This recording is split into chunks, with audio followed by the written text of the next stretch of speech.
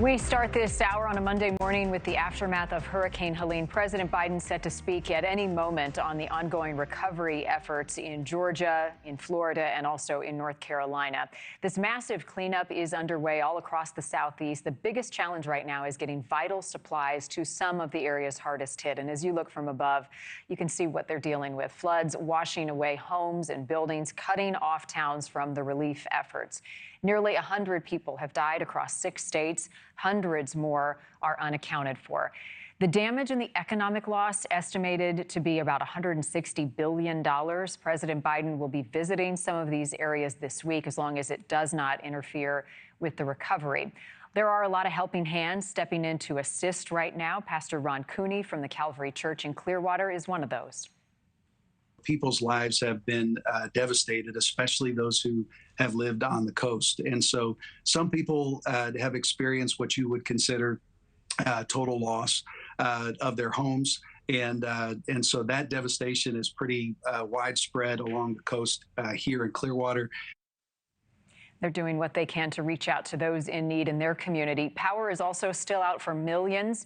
Getting the lights back on could take several more days. The federal government declaring a public health emergency in North Carolina, in addition now to Florida and Georgia. NewsNation's Mills Hayes is in Ashville, North Carolina. This is one of the hardest hit communities with the latest on the recovery effort there. Mills. Hey, so we were actually on one of the bridges that we were showing you guys earlier where there was so much damage. You can see all the damage back there. But what we're really looking at right now is that drone. And I was just speaking with police. This is Asheville police. They're getting a hand but from New Jersey Urban Search and Rescue. And you see that yellow thing that's dangling from the drone. I'm told that that is supposed to test for gas because, let me guys show you over here, there is a brewery that is right on the river over here.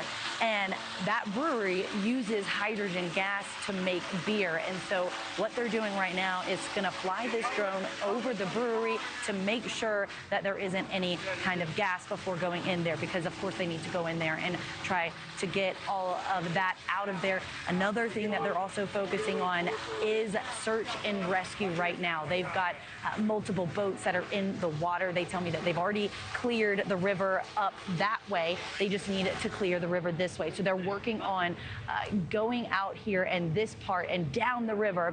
We actually were able to see some of their drone footage that shows some of their workers and police officers and search and rescue teams that are actually in the boats down there looking for anything that they can find. This is the moment that they really need to be looking for the people that are unaccounted for, and they are working overtime. And actually, police tell me that there are still members of their own police department that they don't even or haven't been able to account for. So this is such a large spread issue. This hurricane turned tropical storm has impacted this area so much. There are still hundreds of people that are unaccounted for, and that's really what the key is here today with these drones and with these search efforts, is to find all of the people that are unaccounted for.